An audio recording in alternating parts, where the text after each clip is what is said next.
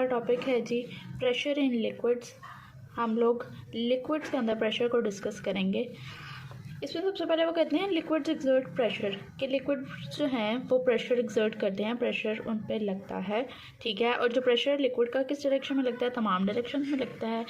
और अगर हम एक प्रेशर सेंसर ले लें, यानी कि प्रेशर को मेजर करने वाली डिवाइस ले लें, तो हमें पता लगेगा कि डेप्थ के साथ साथ प्रेशर जो है वो वेरी करता है यानी कि चेंज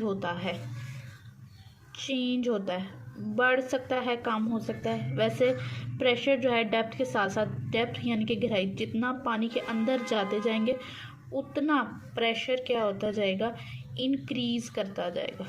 प्रेशर इंक्रीज़ होता है, ठीक है, वेरी करता है यानी कि चेंज होता रहता है।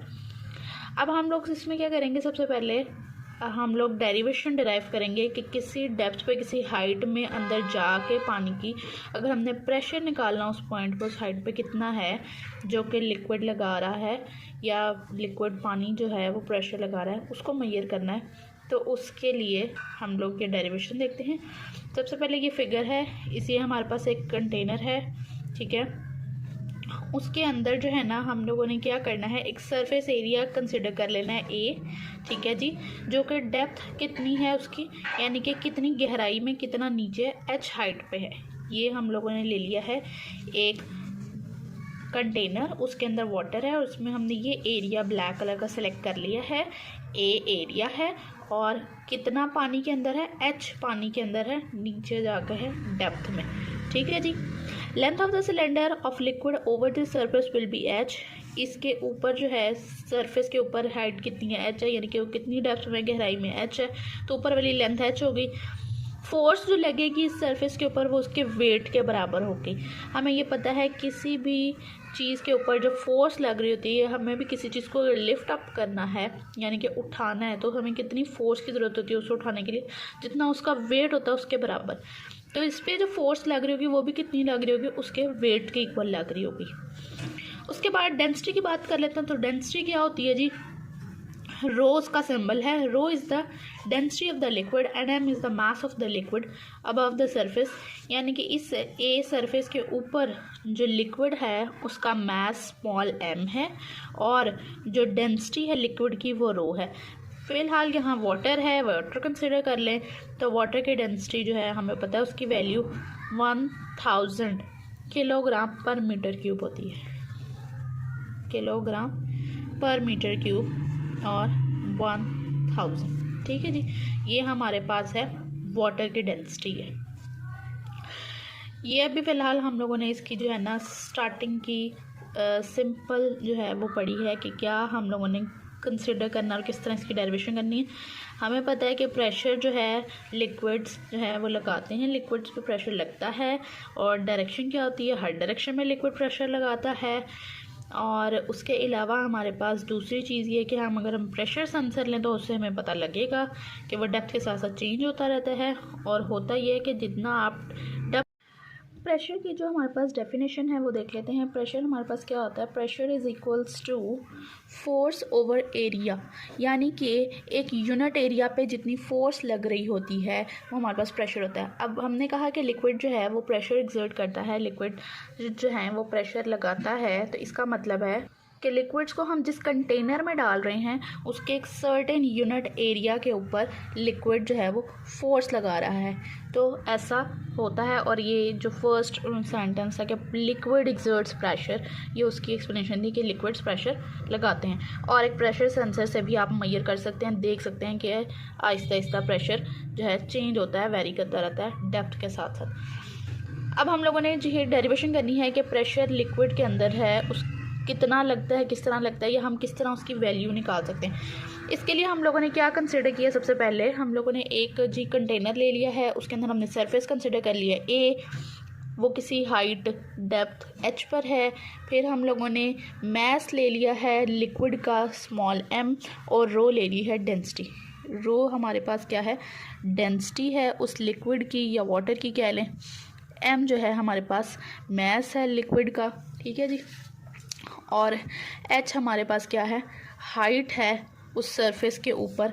और कैपिटल A जो है हमारे पास एरिया है सरफेस का जो हम लोगों ने सेलेक्ट की है, एक थोड़ा सा एरिया, मतलब ये हमारे पास कंटेनर था, ये हमारे पास कंटेनर था, इसके अंदर हमने जो है ना ये वाटर फिल किया हुआ, ठीक है, यहाँ तक टॉप तक वाटर फिल है, और इसके अंदर ये मैंने एरिया सेलेक्ट कर लिया, ये डार्क कलर का। तो ये जो है सरफेस मैंने सेलेक्ट की है, इसका एरिया है कैपिटल ए, और ये कितनी हाइट पर है, कितनी डेप्थ में है, ये एच डेप्थ में है, यानी कि टॉप से लेकर इसकी हाइट कितनी है, एच है, ठीक है जी। नेक्स्ट अब इसकी डेरिवेशन देखते हैं। सबसे पहले क्या करना है, हम लोगों ने जी मैस निकाल लेना है कि मैस जो है ना लिक्विड का वो क्या है। मैस हमें पता है लिक्विड का वो है स्मॉल m, ठीक है जी। अब वो किसके इक्वल है, मैस कहाँ से निकाल सकते हैं, अब हमें मैस की वैल्यू नहीं पता। मैस हम इस तरह निकाल सकते हैं, स्टार्ट में हम लोगों ने डेंसिटी की डेफिनेशन पढ़ी थी, इसको हम साइड में इस तरह करके लिख लेते हैं। सिंस डेंसिटी की स्टार्ट में चैप्टर की डेफिनेशन थी rho is equals to mass over volume. Mass ऊपर है डिवाइडेड बाय वॉल्यूम है, और ये जो रो का सिंबल है ये डेंसिटी है, ठीक है जी। Rho is equals to mass over volume होता है, ये फॉर्मूला है। यहाँ से हम मैस डिराइव करेंगे तो ये नीचे जो वॉल्यूम डिवाइड हो रहा है, जो मैथमेटिक्स का रूल है वो ये कहता है जो चीज़ इक्वल के एक साइड पे डिवाइड हो रही है दूसरी साइड पे जाके मल्टीप्लाई हो जाती है। तो m का फॉर्मूला बना m is equals to rho into V, यानी कि आप लोगों ने वॉल्यूम को डेंसिटी से मल्टीप्लाई करवाना है, ठीक है जी। अब हम लोग आगे देखते हैं। अब हम लोगों को डेंसिटी जो है आप वो हमें पता है वो क्या होती है, उसकी एक स्पेसिफिक वैल्यू है, फिक्स वैल्यू, लेकिन हमें वॉल्यूम नहीं पता वाटर का, वाटर कह लें या जो भी लिक्विड है ना। हमें पहले लिक्विड का मैस पता था, तो मैस नहीं पता था तो हमने क्या किया, उसको हमने रीफॉर्म बना लिया। उसका फॉर्मूला हमें पता है डेंसिटी इंटू वॉल्यूम होता है। अब डेंसिटी तो हर एक उसकी फिक्स होती है, मैस को हमने रीफॉर्म करके लिखा है डेंसिटी इंटू वॉल्यूम से। अगर कोई भी हम लिक्विड ले रहे हैं या अगर हम वाटर की बात कर रहे हैं तो हमें उसकी डेंसिटी की वैल्यू पता होती है, फिक्स होती है। या अगर आप कोई और भी लिक्विड लें तो उसकी डेंसिटी आपको पता है। डेंसिटी तो हमें पता लग गई है, उसकी हमें वैल्यू पता है, हम निकाल सकते हैं। वॉल्यूम नहीं हमें पता। अब वॉल्यूम हमारे पास कैसे है, वॉल्यूम को निकालने का तरीका ये है। और दूसरी चीज़ जो हम लोगों को चीज़ें गिवन है जो पता है वो हम लोगों के पास है, एक हमें डेंसिटी पता है, एक हमें मास जो है वो m पता है, हाइट h पता है, और एरिया a पता है। तो इन्हीं चीज़ों को यूज़ करते हुए अब हमने और इसको रिफॉर्म करना है। हमें पता है कि वॉल्यूम क्या होता है किसी भी चीज़ का, उसकी लेंथ इंटू लेंथ होती है, ठीक है। सिंपल वर्ड्स में मीटर क्यूब होता है, ठीक है। वॉल्यूम का हमारे पास यूनिट होता है मीटर क्यूब, यानी कि length multiply by length multiply by length. यानी कि अब 3 लेंथ्स होती हैं, वो क्या इसका मतलब हुआ, यानी कि एक होती है हमारे पास विड्थ, एक होती है हमारे पास हाइट, और एक हमारे पास होती है लेंथ, ठीक है। लेंथ, विड्थ और हाइट, लेंथ ब्रेथ और हाइट भी बोल सकते हैं, ठीक है। ये हमारे पास लेंथ होगी, ये विड्थ होगी, और जो फिर उसकी हाइट होगी वो 3D में। तो ये 3 चीज़ें हम लोग करें तो हमारे पास क्या आ जाता है, ये वॉल्यूम आ जाता है।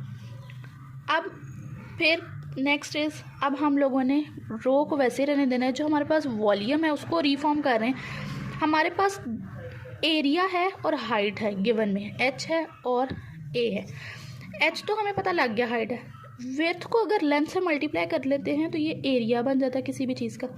एरिया ऑफ रेक्टेंगल का फॉर्मूला, एरिया निकालने का फॉर्मूला यही था, length multiply by width, length multiply by breath. तो लेंथ और ब्रेथ को यूज़ करते हुए या विड्थ का वर्ड ले लें, लेंथ मल्टीप्लाई बाय ब्रेथ में कर लेती हूँ, ठीक है। लेंथ मल्टीप्लाई बाय ब्रेथ करते हैं तो हमारे पास आ जाता है एरिया, ठीक है। इन दोनों को यूज़ करते हुए हम इसको यहाँ रिफॉर्म कर देंगे, इसको और इसको।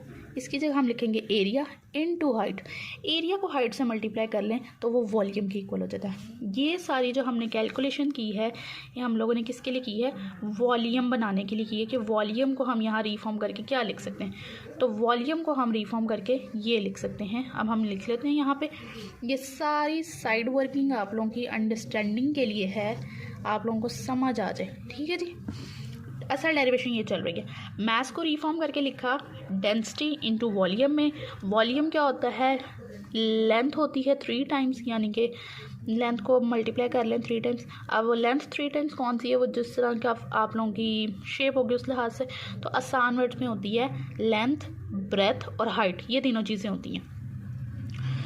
लेंथ को अगर हम ब्रेथ से मल्टीप्लाई करें तो वो एरिया बन जाता है, तो एरिया इंटू हाइट कर लें तो ये हमारे पास वॉल्यूम आ जाता है। और मैं वॉल्यूम की जगह लिख रही हूँ, ब्रैकेट में कर लेते हैं A multiply by H, area multiply by height, ये हो गया वॉल्यूम। और रो हमारे पास वैसी है और ये मैथ्स का फॉर्मूला बन रहा है। हम डेरिवेशन कर रहे हैं तो उसको स्टेप बाय स्टेप आगे चलने के लिए हम लोगों ने रीफॉर्म कर रहे हैं, ठीक है। उसके बाद जी वो कह रहे हैं हमारे पास फोर्स जो लग रही है, फोर्स कितनी लग रही है, फोर्स एक्टिंग ऑन एरिया, ये जो हम लोगों ने एरिया कंसीडर किया है उसके ऊपर जो फोर्स लग रही है वो देखनी है। वो हमारे पास F0 होगी। और फोर्स कितनी लगती है किसी बॉडी के ऊपर, उसके वेट के इक्वल, तो इसको W के इक्वल कर लेते हैं। और हमने पढ़ा हुआ जी 9th क्लास में W = mg। ये हमारे पास मैथ्स और वेट्स में जो टॉपिक था, डिफरेंस हम लोगों ने 9th क्लास में किया है स्टार्टिंग के चैप्टर्स में, उसमें हम लोगों ने पढ़ा W = mg। शुरू में एक 2 फार्मूलाज मेजर आप लोगों ने याद किए, एक F = ma और एक W = mg। अब यहाँ से हमें पता लगा है किसी भी बॉडी पे जो फोर्स लग रही होती है वो उसके वेट के बराबर होती है, और वेट किसके इक्वल होता है, W = mg होता है। अब यहाँ पे हम लोग फिर आगे क्या करेंगे, सब्स्टिट्यूशन करेंगे। हमने ऊपर निकाला मैथ्स का फॉर्मूला, जो कि ये था, मैथ्स का फॉर्मूला बना है रो ए एच। यहाँ हमारे पास आया है F = W and W = mg। तो यहाँ से हमारे पास चीज़ बनी है F = W, W = mg। अब हम लोग इसमें क्या करेंगे, जो हम ऊपर ये m का हमने फॉर्मूला बनाया है, ये m की वैल्यू यहाँ पुट करेंगे g के साथ, ठीक है जी। वो आएगा हमारे पास, m की जगह हम लिखेंगे रो a एरिया, h हाइट और साथ g। ये F का फॉर्मूला है फोर्स, जो फोर्स लग रही है उस एरिया के ऊपर, ये उसका फॉर्मूला बन गया। कैसे बना, फोर्स हमारे पास वेट के इक्वल होती है, वेट हमारे पास mg के इक्वल होता है। m का फॉर्मूला हमने ये निकाला था, मैं इसका वो पुट कर दिया, तो ये हमारे पास फोर्स आ गई।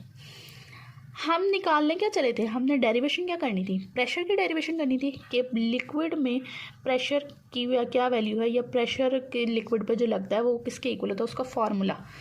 तो प्रेशर का फॉर्मूला इससे पहले हम पढ़ चुके हैं, प्रेशर = फोर्स ओवर एरिया होता है।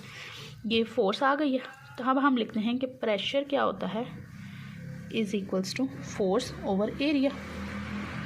फोर्स की जो हमने डेरिवेशन की है वो सारी की सारी लिखते हैं, rho A H G divided by area, divided by area. Area की एरिया से कटिंग हो गई, तो प्रेशर किसके इक्वल आ गया, रो जी एच। आगे पीछे कर लेंगे, मसला नहीं क्योंकि मल्टीप्लाई हो रहे हैं। तो ये हमारे पास क्या आ गया है, लिक्विड प्रेशर की डेरिवेशन हो गई है, उसका फॉर्मूला आ गया लिक्विड प्रेशर एट डेप्थ, कितनी डेप्थ में, कितनी हाइट में, एच में। ये जो एच है ये कुछ भी हो सकता है।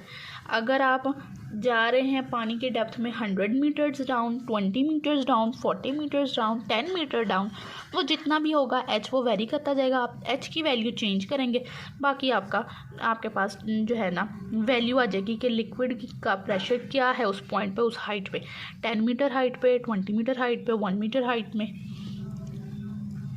रो की वैल्यू क्या है, कांस्टेंट है। ये क्या होता है, हमारे पास डेंसिटी है, ठीक है जी। जी की वैल्यू क्या है, ग्रेविटेशनल एक्सेलरेशन की वैल्यू है, वो भी हमारे पास कांस्टेंट है, वो भी आप लोगों ने पढ़ी हुई है सेकंड चैप्टर के अंदर, ग्रेविटेशनल एक्सेलरेशन की वैल्यू। रो हमारे पास क्या है, डेंसिटी है, लिक्विड जो भी होगा उसकी ले लें, वाटर की, मिल्क की, ये सारी डेंसिटीज़ जो है आप लोगों ने पढ़ी हुई हैं। और एच क्या होगी, वो हाइट होगी, जितनी हाइट में जाके, यानी कि पानी में जितनी गहराई में जाके नीचे आपने देखना है कि इस पॉइंट पे कितना प्रेशर है वो, ठीक है जी। ये था जी टेबल डेंसिटी का। इसमें उन्होंने कुछ सब्सटेंसेस की, मेजर सब्सटेंसेस की आप लोगों को डेंसिटी की वैल्यूज़ बताई हुई हैं, और ये उसका फॉर्मूला है डेंसिटी का, मास ओवर वॉल्यूम। और ये डेंसिटी ऑफ वाटर की वैल्यू बताई हुई है जो आपको याद होनी चाहिए, 1000 किलोग्राम पर मीटर क्यूब। और यहाँ से हमने ये फॉर्मूला यूज़ किया है मास के लिए। मास किसके इक्वल होता है, डेंसिटी मल्टीप्लाई बाय वॉल्यूम, ठीक है जी। नेक्स्ट जी, ये हमारे पास प्रेशर था, निकल आया है किसी भी डेप्थ एच के ऊपर, P P is equals to rho G H होता है ये फार्मूला।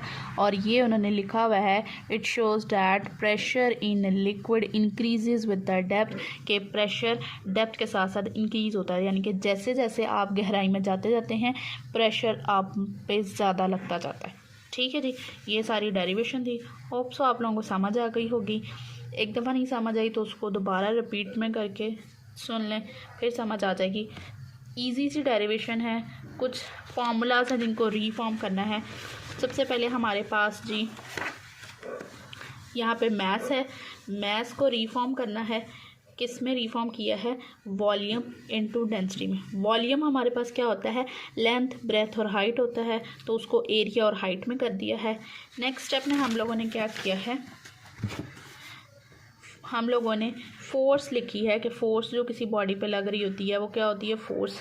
एफ किसके बराबर होती है? वेट के। W is equals to M G होता है। एम का फॉर्मूला पीछे भी निकाला, वो लिख दिया ए रो एच इंटू जी, ये वाला साथ आ गया। फिर प्रेशर किसके इक्वल होता है? फोर्स ओवर एरिया के। फोर्स का फॉर्मूला ये आया, वो पुट किया। यहाँ से ये एरिया के साथ कटिंग हो गई, तो हमारे पास प्रेशर का फॉर्मूला आ गया रो जी एच। ठीक है जी, ये आप लोगों का टॉपिक यहाँ पे ख़त्म होता है। लॉन्ग क्वेश्चन है, होप सो आपको समझ आ गई होगी।